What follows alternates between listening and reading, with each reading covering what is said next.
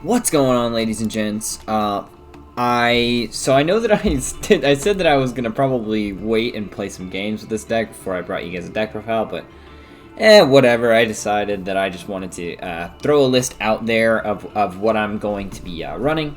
Like I said, I don't really know 100% what all the cards do, but I'm just gonna literally just run through card by card. Just so you guys know what the deck list is in any replays that might be coming out on the channel. So we're going to run 3 Maxi, 3 Ash. And I'll kind of do it the same way I always do. 3 Maxi, 3 Ash. We run one. I'm trying to test Cross out. I really like the concept of this card, but don't have too much practice with it. 1 Droplet, 1 Lightning Storm. You know, we're still in the very early stages of this run, so we'll be getting more ultra rares and making this deck look a little prettier with less one-offs. So we're running 3 Desires and just a singular Prosperity. Yeah, you guys pretty much know what those cards do. 2 E-Telly because we can get our level 3 or lower Psychics out of the deck with them. This is a Worm. But this is a Psychic, and this is a Psychic. So we can get those cards out of the deck with E-Telly, which is strong. Because, yeah, this is like a combo deck. Basically, you just want to end on a King of All Calamities. So, yeah, I've played a few games with this deck. Essentially, you spam Synchro out this Croco Dragon and another level 9, and you overlay them both for King of Calamities. And if your hand's really crazy, you can also end up with like a virtual world QB, so it's pretty cool. This deck really is just like Calamities Turbo, but I guess I'll run through the virtual world ratios quickly. Just 2 Hime, 3 Lulu, 3 Gigi, 3 Laula, and 3 Lily. So that does it for the virtual world monsters. 2 Foolish Burial Goods, because we can... A lot of the Virtual World cards get effects in the graveyard, the Virtual World spell traps. So, like, King Long gets 1 in the graveyard. We're running 3 King Long as well. This one gets a graveyard effect. This one also gets a graveyard effect. So, yeah, sending that card can help us get stuff done that we need to get done. This card basically gets effects for the more Virtual Worlds that we have, Virtual World cards we have in our...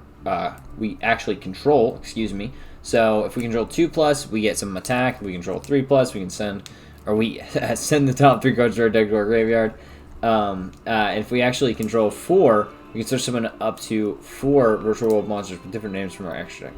So I don't think that last effect goes off too frequently, but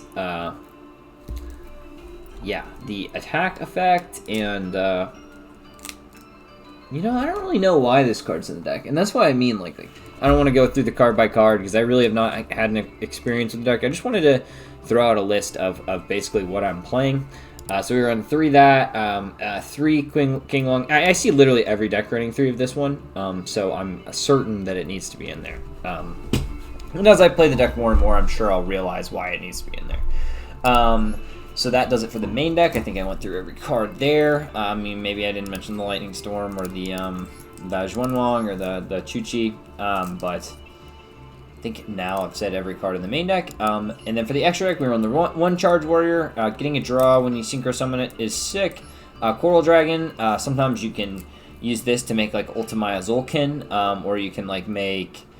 I mean, like, yeah, like I see this card's like a Synchro Tuner. And then if this Synchro Summon card is sent from the field to the graveyard, we also draw. So, yeah, more turboing. It's just kind of like a...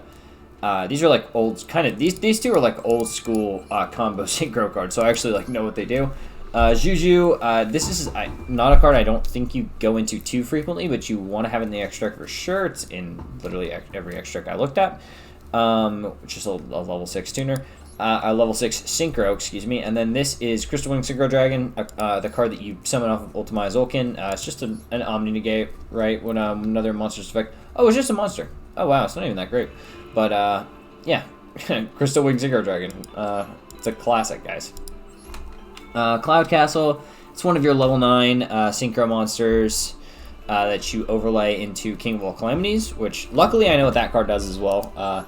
Vermilion Dragon Mech, just another level 9 synchro you want to have in there. And then this card also has the utility of being able to banish one tuner from our hand, graveyard, if visible in the field, then target one card on the field and destroy it. So sometimes you can actually get that effect off, and it's good to like pop a back row that you're worried about, or you can find creative games. Crocker Dragon, this is like crucial to your combo. You just make this card for sure. So you can only use each effect of Crocker Dragon per turn, or else you definitely play more than one, because this is kind of a really good card, because when this card synchro summoned, we can draw cards equal to the number of non-tuners used. Typically you're just going to be drawing one, but that already is pretty dang good. And then this card gains like attack in like a weird way as well. Yeah, it gains 500 attack for each card in your hand. So and actually usually when I summon it, it's like around 2,000 or 3,000 attack. So yeah, because Virtual World actually does a very good job of maintaining advantage. Like, I've only played a couple games, but from what I can see, this deck is insanely consistent at bringing out the end goal, which we have not quite gotten to. Virtual QB, this one is actually a pretty good card, so it's like a walking macrocosmos. So you're often not that interested in overlaying this one. You want to overlay some of the just kind of generic ones that I mentioned before, like these guys, before you want to be overlaying this card. And then when your monster declares in the deck, you can return one banished monster to the owner's graveyard, which is super cool as well. And then during your main phase, this card was sent to the graveyard. We can banish 2 monsters from our graveyard with different original types and attributes, from each other. So I think that there are some good angles. Yeah, like so there's the there's some earth. There's Earth Virtual Worlds, and then there's there's like Earth Worm, and then there's Psychic Wind. So those 2 you can banish and then get this guy back. So it's actually not a terrible card at all. The recursion is definitely strong, but it's not the end goal of this deck by any means. And this is like something I'm personally teching in, is Totem Bird. I just think that having one spell or trap effect negate might actually come in handy a lot of the times. And then in the couple of games that I was playing, I was able to make King of Calamities, and I feel like if I make King of Calamities, or actually I guess King of Calamities and Totem Bird is not necessarily the greatest combo in the world. So perhaps this should just go back to being what it was, which I don't even remember what it was. Oh yeah, I think it was Gossip Shadow. Yeah, it was Gossip Shadow. But I don't necessarily know if Gossip Shadow is the greatest card in the world. But all the other cards I think are really necessary. That's like my last flex card. We run one Phantom Knights of Break Sword, so like the Scrap Dragon effect is just super strong. We control face-up cards often in this deck, so being able to turn that quote-unquote fake advantage into real advantage is super sweet. Break Sword's a good card. Gossip Shadow, I pretty much just put this card back in because I was so unsold on it with the whole Totem Bird thing, but upon like further thought, basically Totem Bird plus Calamities is never really a good board because you can't activate Totem Bird effect. Or maybe your opponent just can't. Yeah, no, never mind. Okay. M7, so, rank 6s are pretty easy to make in this deck. This is one of the better ones, and yeah, it'll allow you to combo further, add cards that are in your graveyard that you need back to your hand, break boards, something your opponent has. You can return that to the hand that perhaps can't be destroyed or something along those lines. So M7 is definitely a useful card in any deck you can make a rank 6 XYZ with. Utopia Beyond. This card's actually sick. If this card's XYZ summoned, all the attack of your opponent's monsters becomes 0, which can really help you just like randomly burst people out. And then the secondary effect we don't really care about at all. But being able to make all of our opponent's monsters attack 0 is it's pretty good because it doesn't target. It's not trying to destroy it by a card effect. It's not trying to like remove it from the field by a card effect. It puts it to 0. So if they've got a really big monster that they think that they're safe with, you can oftentimes break a game wide open with an effect like that. And then we run Zeus because it's an XYZ deck, and if you can make Zeus, you probably should make a space for Zeus. Making this with Gossip Shadow is not awful as well, so that's a good reason to run Gossip Shadow, I suppose. Even though Gossip Shadow is a bit of a weak attacker, but I digress from that. You can make it with M7. That's, I think, probably a more realistic thing. Or maybe a spent King of Calamities. So King of Calamities is like the whole reason we play this deck. If you guys don't know what Calamities does, once per turn you can detach one XYZ material and declare one attribute.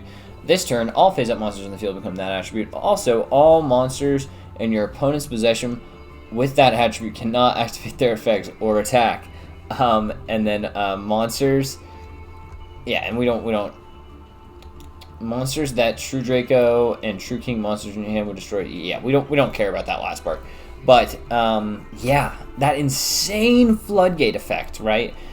Just being able to say, call light or dark or doesn't matter what it is, because your opponent's not going to be able to activate any effects on the field, period.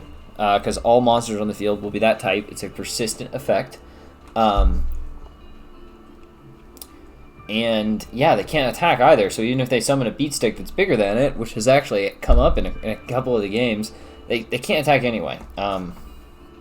So yeah, True King of all Calamities is just insanely unfair, and it's banned in the TCG for a reason. I hope that maybe if I spam enough of this deck, we can all get this card banned together by boosting its win rate. So I hope you guys enjoyed. Like, comment, subscribe. It's been your boy Neosenses. Peace.